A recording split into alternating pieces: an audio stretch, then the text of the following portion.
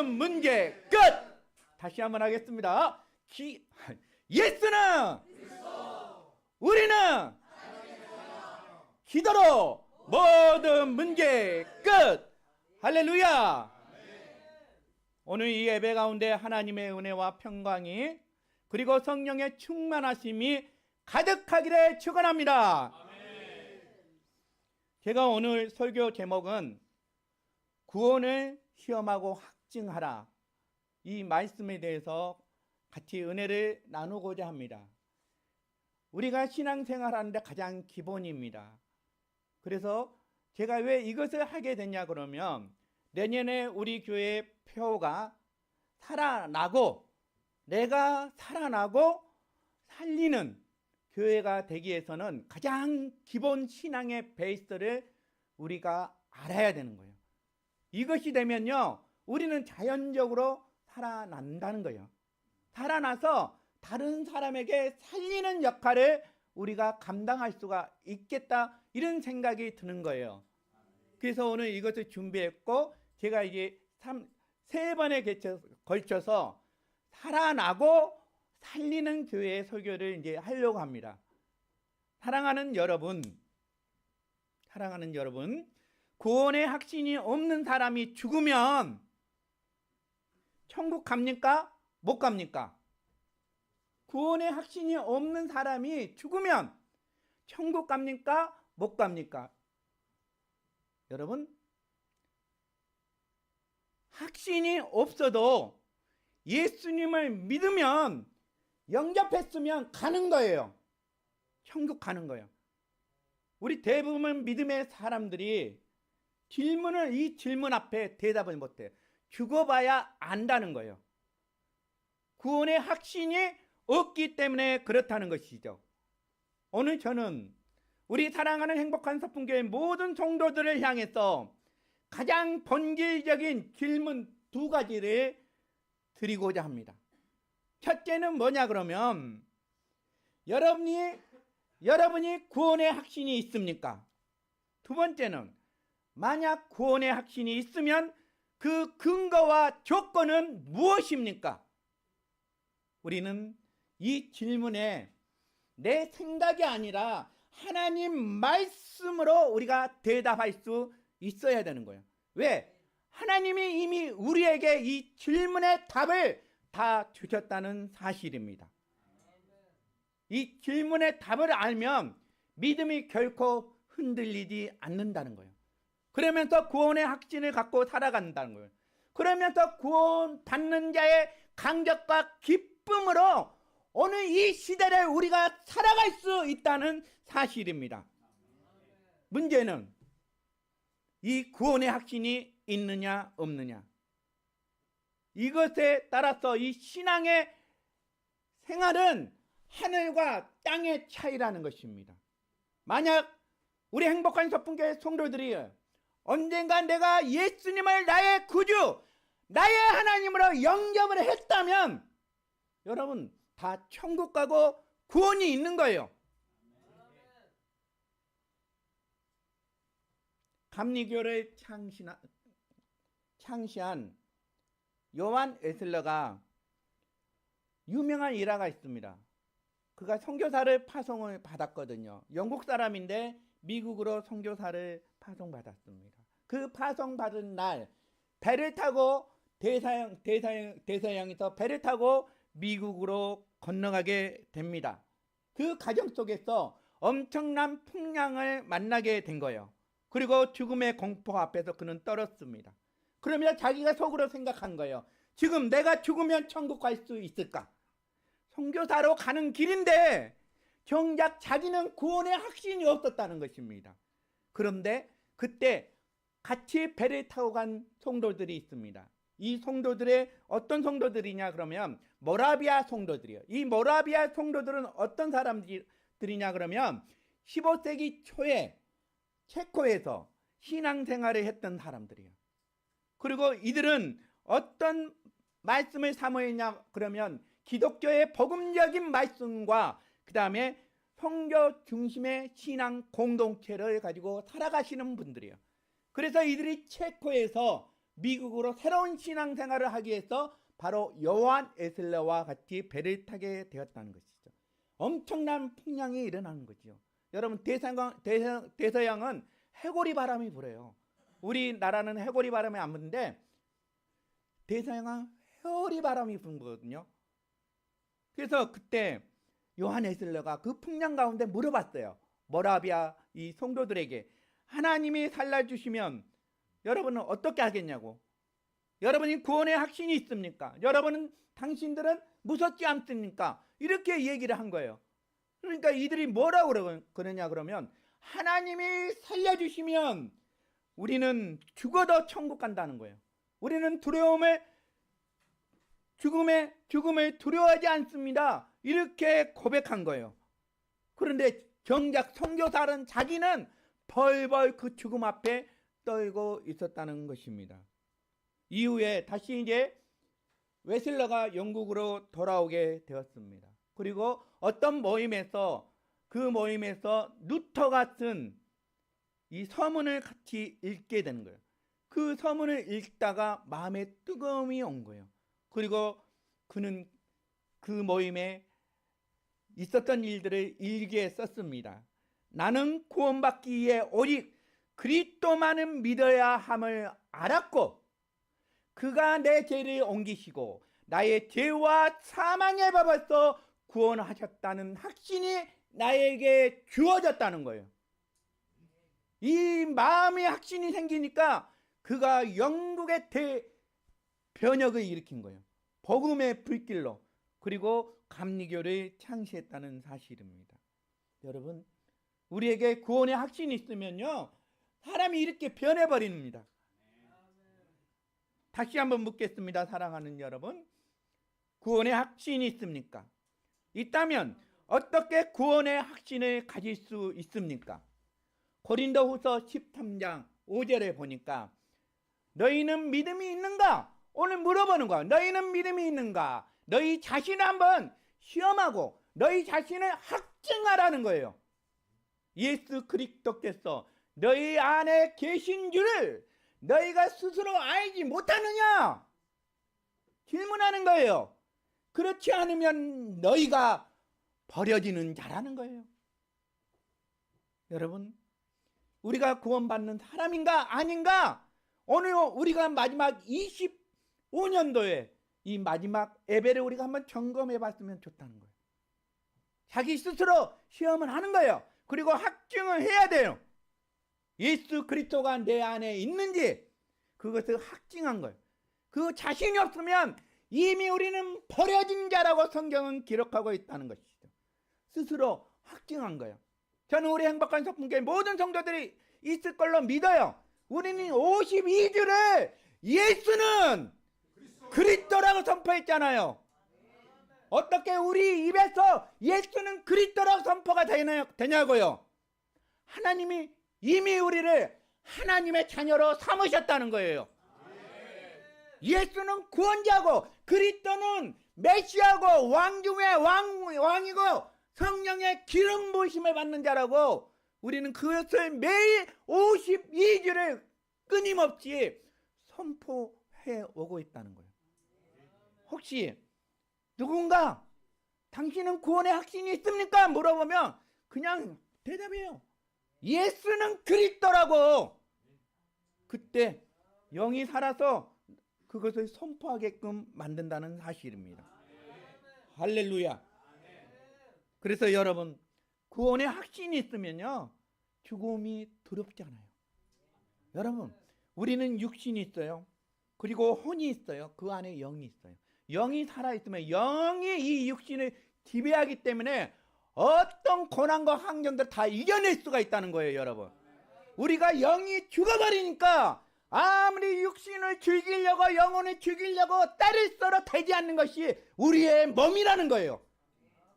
그래서 영이 살아있으면 아무 힘든 질병도 다 이겨낼 수 있는 것이 우리 몸의 구조라는 것입니다. 왜냐 그러면 우리의 영은 성령이 있고 하나님이 나와 함께 내 임재하고 있기 때문에 그렇다는 것입니다. 그런데 더 큰 문제는 구원 받지 못한 사람들이 이 구원의 확신을 갖는 거예요. 그것처럼 무서운 거 없습니다.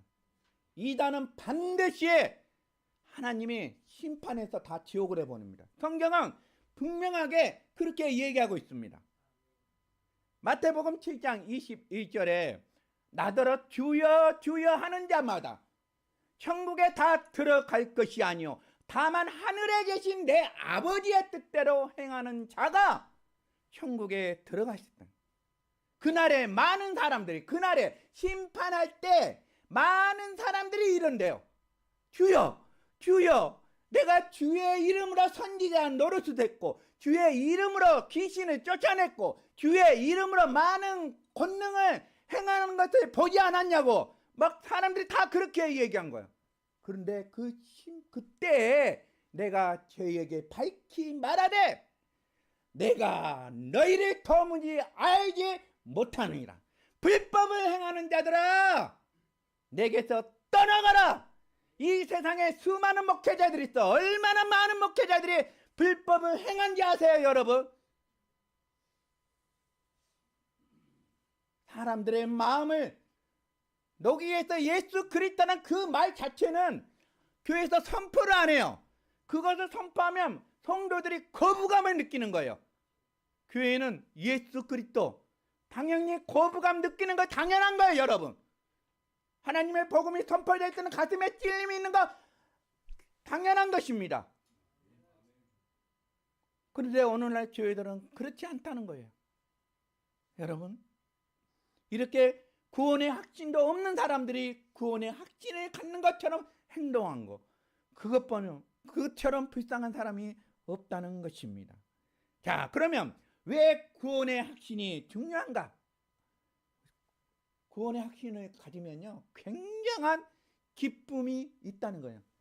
내게 셈도 없는 기쁨, 내게 셈도 없는 기쁨. 이 셈이라는 영혼의 셈이 생수의 강이 넘쳐서 기쁨이 우리에게 온다는 사실입니다. 여러분, 우리가 죄사함을 받았어요. 구원함을 받았어요. 그럼 어떻게 기뻐 뛸 수 없겠냐고요? 있어요.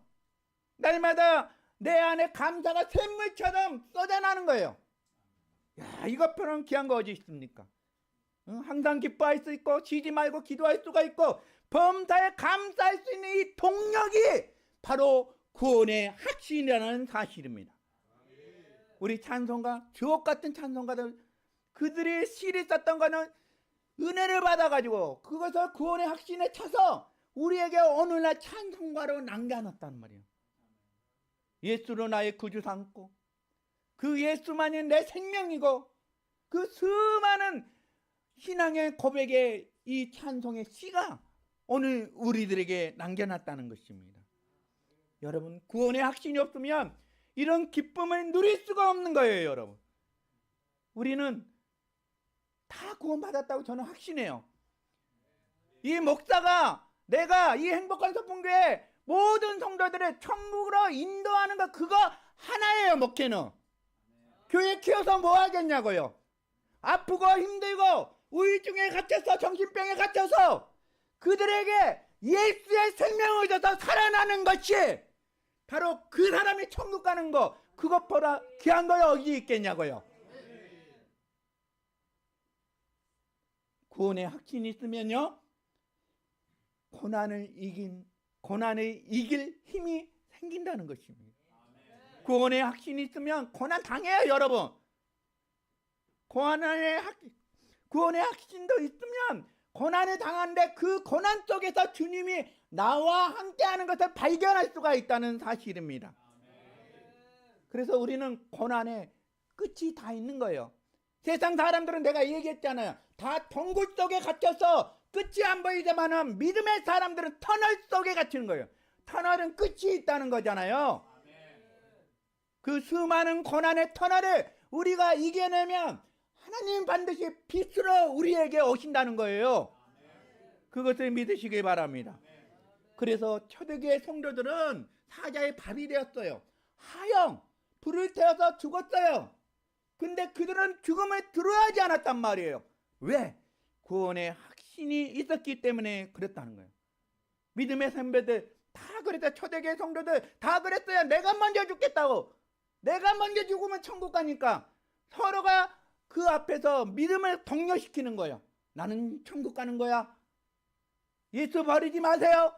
서로를 위로하면서 그 고난과 핍박을 이겨낼 수 있었다는 사실입니다. 왜냐 그러면 구원의 확신이 있었기 때문에 그렇다는 거예요.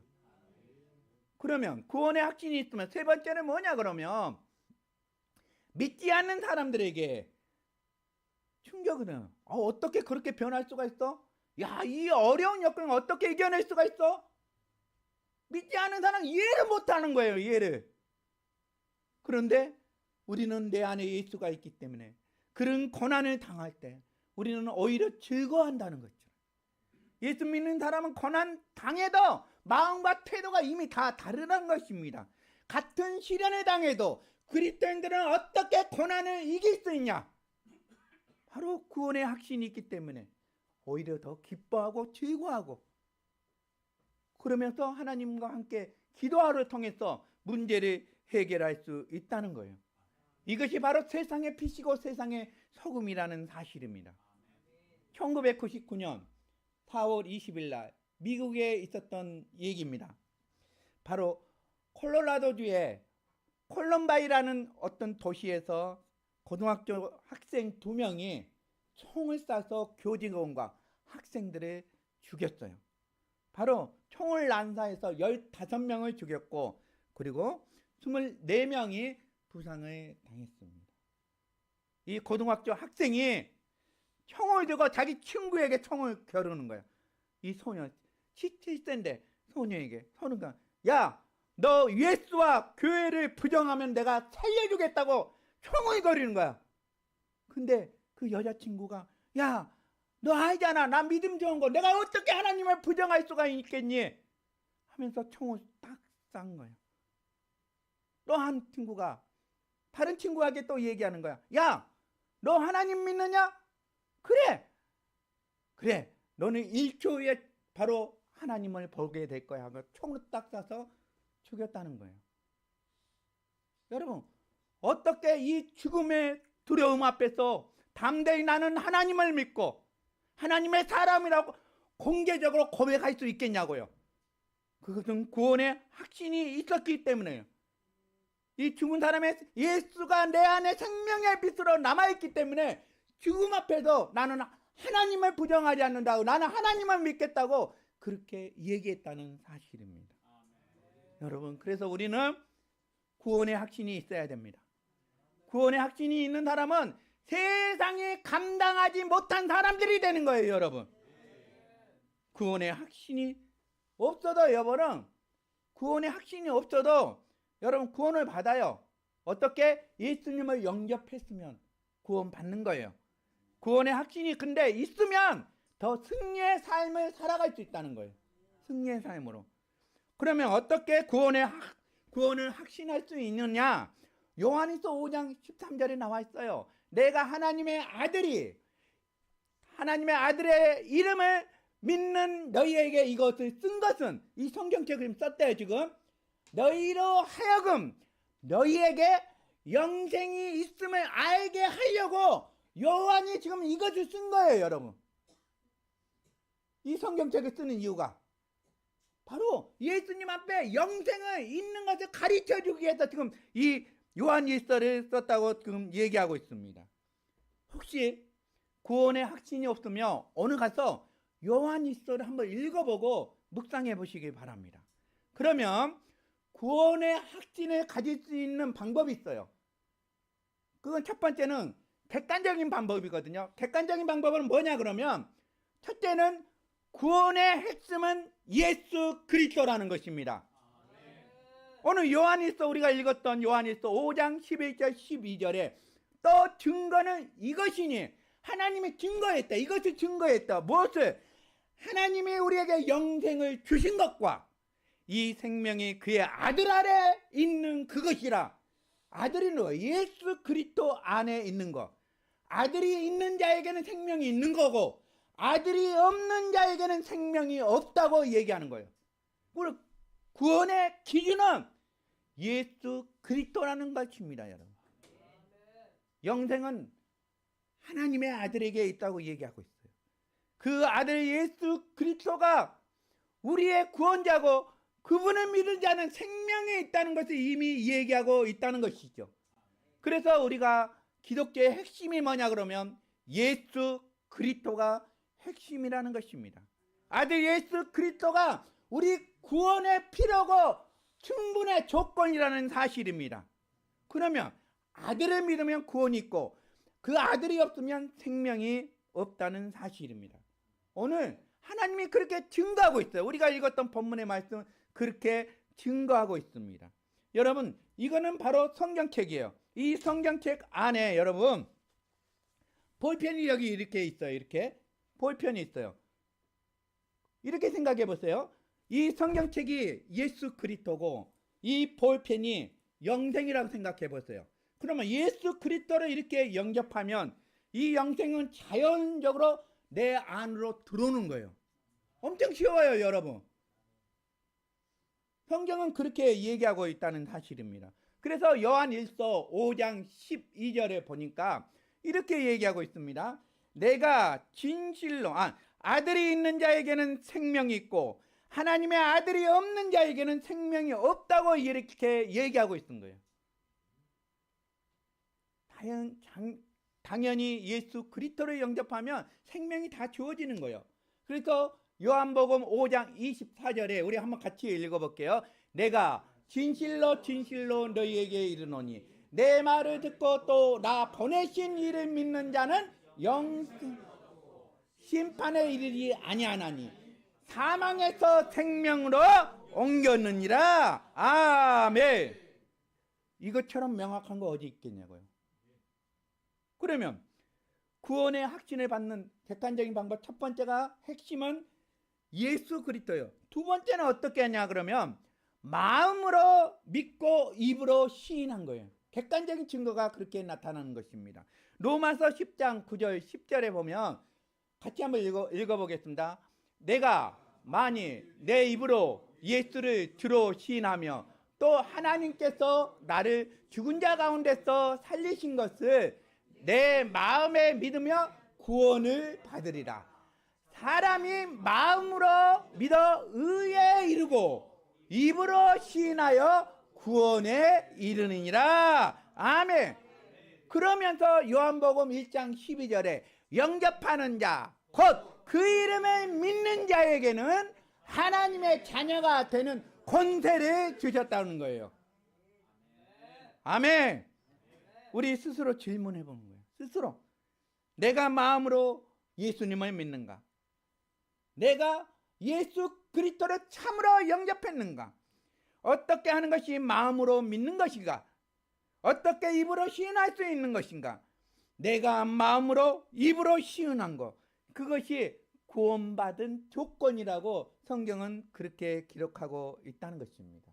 그런데 우리가 예수님을 영접했어요. 어떤 사람, 많은 사람들 대부분 아니 느낌이 전혀 없다고 그래요. 여러분, 구원은 느낌이 아니고 깨달음이에요. 성경의 이 말씀을 나에게 내가 이대로 믿으면 그냥 그것을 깨달으면 구원받는 거예요. 느낌이 없어도 됩니다. 내가 죄인인 것을 깨닫고 예수님께서 나를 위해서 십자가에 죽으시고 하나님이 나를 이처럼 사랑이라는 거, 이처럼 사랑하사. 그래서 구원은 사랑이에요. 하나님의 사랑. 하나님이 얼마나 사랑했으면 2000년 전에 그 하나님의 인간의 옷을 입고 이 땅에 오셨겠냐고요. 여전히 하나님은 우리를 사랑하고 있다는 거예요. 할렐루야. 그래서 믿음 때문에 여러분 구원받은 것입니다. 누가 뭐래도 내 마음속에 예수 그리스도를 믿으면 그 예수 그리스도가 생명이요 길이요 진리라는 것을 고백이 되면 여러분 그것을 입으로 시인하는 거예요. 고백하는 거예요. 그것을 구원이라는 것입니다. 이것이 객관적인 방법이에요. 객관적인 방법. 그럼 주관적인 방법이 있습니다. 주관적인 방법은 뭐냐 그러면 예수 그리스도를 믿으면 새로운 피조물이 된다는 거예요. 우리가 성경 암송할 때 제일 첫 번째 외웠던 것이 고린도후서 5장 17절이거든요. 예수 그리스도를 믿으면 보래 옛것은 지나가고 새 것이 되었다. 영생을 믿은 하나님의 사람으로 변했다는 것이 바로 우리가 외웠던 암송했던 성경 구절입니다. 여러분, 예수를 믿으면요 변화가 일어나는 거예요. 그런데 변화가 일어나지 않으면 그 기적 중에 기적이에요. 기적 중에 기적이에요. 예수를 믿으면 변화가 일어날 수밖에 없는 거예요. 그러면 어떤 변화가 일어나냐 그러면 바로 영적인 갈망이 생기는 거예요. 그래 점점 교회에 대해서 알고 싶고 교회를 더 오고 싶은 거예요. 왜? 이 영이 나의 심령을 가난하게 만들거든요. 가난하게 만들어야 주님이 부어주신 복이 내 안에 채워지는 거예요. 육신으로 풍족하게 채워지면 영의 것으로 채워지지 않는 거예요. 어떤 사람이 그러잖아요. 야, 신앙생활 할 때는 너무너무 엄청나게 잘해요. 잘하고 행복했는데 어느 순간에 영이 죽어버리니까 육신으로 채워지려고 하니까 육신의 친구들을 만나서 노래방 가고 나이트클럽 가고 그것도 채우려고 해도 마음은 여전히 공허하다는 거예요. 왜? 육신으로 채우려고 하니까 그러는 거예요. 그런데 예수님을 영접하면 이 영적인 갈망이 우리 안에 일어나고 있다는 사실입니다. 그래서 그런 갈망이 생기면 내 마음에 애통한 마음이 생기는 거예요. 그리고 나도 모르게 스스로 회개가 일어나는 거예요. 그리고 청결한 마음이 되는 거예요. 그리고 하나님에 대한 강력한 목마름이 생긴 거야. 그래서 목사님 성경 공부 안 해요? 막 그런 마음이 생기는 거야. 변화가 일어나는 거예요. 그리고 막 가르치고 이것을 내가 가지고 있는 것을 막 나누고 싶어. 이런 사람들이 영적인 갈망이 일어나는 거예요. 그러면서 내가 구원받았구나. 하나님의 자녀구나. 나도 모르게 내가 변화된 것을 감지가 돼. 가장 알 수 있는 바는 가까이 있는 사람이 알아. 여보 달라졌어. 그렇게 얘기하는 거예요. 그 다음에 두 번째는 이 주관적인 방법으로 예수를 믿는 주관적인 증거 두 번째 삶의 변화가 일어나는 거예요. 어떤 변화가 일어나냐 그러면 요한일서 2장 4절 5절에 보면 그를 아노라 하고 그의 계명을 지키지 아니한 자는 거짓말하는 자요 진리가 그 속에서 있지 아니하되 누구든지 그의 말씀을 지키는 자는 하나님의 사랑이 참으로 그 속에서 온전하게 되었나니 이로써 우리가 그의 안에 있는 줄 아노라 이렇게 얘기합니다. 그러면 변화가 어떻게 얘기하냐 그러면 목사님 설교를 듣고 막 변화가 내가 이렇게 살아야 되겠구나 이런 계명을 가지고 살아야 되겠구나 이렇게 느껴지는 거예요. 왜냐 그러면 새로운 피조물이 되었거든요. 새 사람이 되었어요. 옛 사람이 죽고 새로운 성품이 주어지고 예수를 믿으면 성령이 내 안에 임하거든요. 내주하셨기 때문에 나도 막 영적인 갈등을 느껴요. 전에는 저렇게 살았는데 지금은 이것을 요구하니까 이 내적 갈등 때문에 힘들어하시는 분 많습니다. 예수 믿는 사람들 그래요. 특히 이 내적 갈등을 통해서 막 방황하는 사람이 많거든요. 왜? 이 영하고 육신하고 서로 싸우거든요. 서로 정반대잖아요. 그렇기 때문에 싸울 수밖에 없다는 사실이에요. 여러분 계명은 613개가 있대요. 그 계명 우리가 다 어떻게 다 지킬 수가 있겠냐고요. 그런데 하나님의 말씀대로 살려고 몸부림치는 거. 하나하나 되면 그것이 성품이 만들어내는 거예요. 성화로 되어가는 과정이라고 그러거든요. 성화의 과정은 내가 하나님의 말씀으로 거룩하게 단계별로 걸어가는 과정을 성화의 과정이에요. 그리고 다 우린 세상의 죄를 다 이길 수가 없잖아요. 우리 신봉한 지사님이 2025년도는 담배를 끊기로 했어요.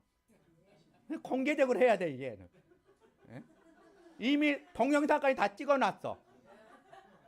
근데 담배 조금씩 피워. 여기 와서 조금 본인이 분명히 얘기했으니까 이거 하나님의 약속이야. 근데 지금 이렇게 교회 다니고 변화가 됐어도 여전히 담배는 피워.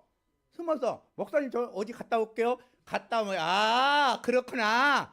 여기서 못 피니까 저기 뒤에 빙그레 앞에 가구나. 이미 다 알아버려. 그럼 뭐라 하지 않지. 왜요? 이거 변화되는 거 보니까. 그럼 어느 순간에 이것이 변화된 삶으로 살아가는 거예요. 네. 걔 다 끊지 못해요, 여러분. 우리 김명환 집사님 뭐 2, 3년 전에는 뭐 진짜 술 먹어봤어요? 먹으려면 김명환 집사님처럼 먹어야 돼. 대병 이만한 거 3개, 4개씩 먹고 이만한 막걸리 3개, 4개를 먹어야 진짜 술 먹는 거지. 그런데 교회를 다녀. 그래서 조금씩 들어가는 거야. 지금 우리 김명환 집사님 술 끊는데 오래됐어요. 담배 끊는데 한 3개월 넘었어요 지금. 여러분 예수를 만나면 이렇게 삶이 변화된다니까요. 왜? 내 영이 죽었기 때문에. 이 영이 지배했기 때문에 육신은 그 욕망이 사라지게 되는 거예요. 왜? 이 안에 성령이 있기 때문에 성령이 다 알아요. 할렐루야. 아멘. 그래서 구원받는 사람은 죄책감에 대해서 막 예민해지는 거예요. 그리고 그것에 대해서 막 죄책감을 느끼면 이제 안 가려고 몸부림치는 거예요. 근데 예수 믿는 사람들 그랬잖아. 세상 좋아했던 친구들은 참 세상 친구들 끊기가 힘들어. 근데 어느 순간부터는 막 하나하나 그거 싫어지는 거야. 친구들 만나는 것 자체가. 그래서 하나하나씩 들어가고 믿음의 친구들을 또 하나님을 만나게끔 하는 거예요. 놀라운 거 아니에요? 할렐루야. 그래서 이 예수를 믿으면 이 양심의 가책이 이제 생기는 거예요. 영혼의 양심이 생겨가지고 아 이러면 안 되겠다. 이런 것을 가책적으로 느껴지고 죄에 대해서 예민해지고 죄를 지으면 또 하나님이 두려워서 그리고 금방 또 회개하는 거예요. 바로 이것이 객관적으로 변화가 일어나는 사실이라는 거예요. 사실이에요. 제가 이번에 그 강야교회 갔는데 강야교회에 두목이 있어요. 온몸이 문신한 친구가 있어. 이분은 술을 안 먹으면 멀쩡해. 술을 먹으면 교회를 다 뒤집어. 책상 의자 다 때려 부셔. 목사님 그렇게 양육을 했어도 세례 받는 날은 안 와. 그래서 이번에 이제 그 세례 받는 걸 교육을 받아서 제가 그 친구한테 얘기해요. 이름이 동원 참치예요.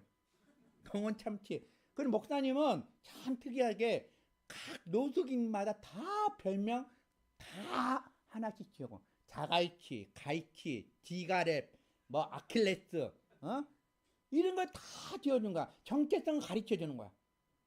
근데 이 동원 참치는 감당이 안 되는 친구예요. 감당이 안 되니까. 그래서 제가 설교 시간에 얘기했어. 동원 참치 이번 성탄절에 세례 받지? 왜 받는데? 목사님 이제 세례 받습니다. 6번 만에 제가 세례 받습니다. 그래? 그러면 내가 2달 후에 설날에 여기 와서 동원 참치가 술 안 먹고 변화된 것을 알게 되면 내가 동원 참치를 사주겠다. 그러니까 목사님 정말입니까? 정말입니까? 하면서 우리 야에서 8시 그 추위에서도 뭐 얇은 거 입고 와서 그때까지 와서 목사님 약속 지켜요? 목사님 춥죠? 춥죠? 커피 한잔 하실래요? 나 괜찮아요. 목사님 제가 하나 딱 사주고 싶어요. 목사님 커피 마시고 싶죠? 그러면서 편의점 가서 따뜻한 커피를 가져. 서서히 사람이 변해가는 거야. 영이 살아있으면 하나님이 반드시 변화되게끔 하는 것이 하나님의 영이에요. 성령이라는 것입니다. 그러면서 이제 예수를 내 안에 믿으면 세상을 이기는 거예요. 세상을. 요한 1서 5장 4절에서 5절에 보면 우리 같이 한번 읽어보겠습니다. 무릇 하나님께로부터 난 자마다 세상을 이기느니라. 세상을 이기는 승리는 이것이니 우리의 믿음이라. 예수께서 하나님의 아들이심을 믿는 자가 아니면 누가 세상을 이기느냐? 아멘. 바로 예수께서 하나님의 아들을 믿는 자가 아니면 누가 세상을 이기냐고요. 하나님의 아들을 믿는 자가 세상을 이긴다는 말이에요, 여러분. 그래서 우리는 세상과 싸워서 근성이 생기는 거예요. 예수 믿어도 우리는 세상에서 패배하고 낙심이 와요. 절망이 와요. 힘듦이 와요. 그런데 그 가정 속에서 하나님 우리를 연단시켜서 세상을 이기는 믿음을 우리에게 주신다는 사실입니다. 아멘. 그래서 세상 사는 맛이라는 말 아세요? 요즘 세상 사는 맛이 있다는 거예요. 응? 자기 역경과 혼란과 이런 고난이 와도 세상 사는 맛이 있대. 왜냐 그러면 이 안에 예수가 있기 때문에 그런 거예요. 이 안에 예수가. 우리 그리스도인도 실패할 수가 있어요, 여러분. 그런데 궁극적으로 우리는 세상을 이기고 승리할 수 있다는 사실입니다. 할렐루야. 왜냐? 우리의 대장 예수예요. 그 대장 예수가 자녀를 지켜주는 거예요. 보호하여 주시고 인도하여 주시고 승리하게 하시고 그러면서 믿음이 성장되고 자라가고 그렇게 살아갈 수 있다는 사실입니다. 그래서 예수님이 이 세상을 이겼어요. 그러면 예수가 세상을 이겼으니까 예수님 안에 사는 하나님의 자녀도 이 세상을 이길 수 있다는 것을 믿기 바랍니다. 아멘. 이제 구원의 기준은 뭐냐? 결론적으로 예수 그리스도라. 우리 이미 다 알았어요. 그리스도가 있느냐 없느냐 그것이 그리스도의 기준이에요. 예수 그리스도를 믿은 그 구원의 확신을 여러분 갖고 살아가시길 바랍니다. 아멘. 구원의 확신도 없고 율법을 다 지키면 구원받는 걸 생각하는 바리새인들, 이단들, 그들에게는 하나님이 이미 다 버림받았다고 성경에 기록하고 있다는 사실입니다. 여러분, 우리는 이미 예수를 믿었기 때문에 우리는 천국의 삶을 이 땅에서 누려가야 돼요. 꼭 천국에서 좋은 삶을 누리라고 생각하지 마시고 이 땅에서 주님이 주시는 풍성한 삶을 누리고 살아가기를 축원합니다. 아멘.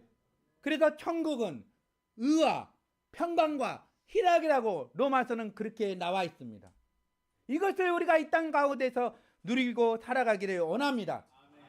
아멘. 천국의 삶은 하나님의 은혜와 사랑이 온전히 지배받는 거예요. 이 땅에서도 마찬가지입니다, 여러분.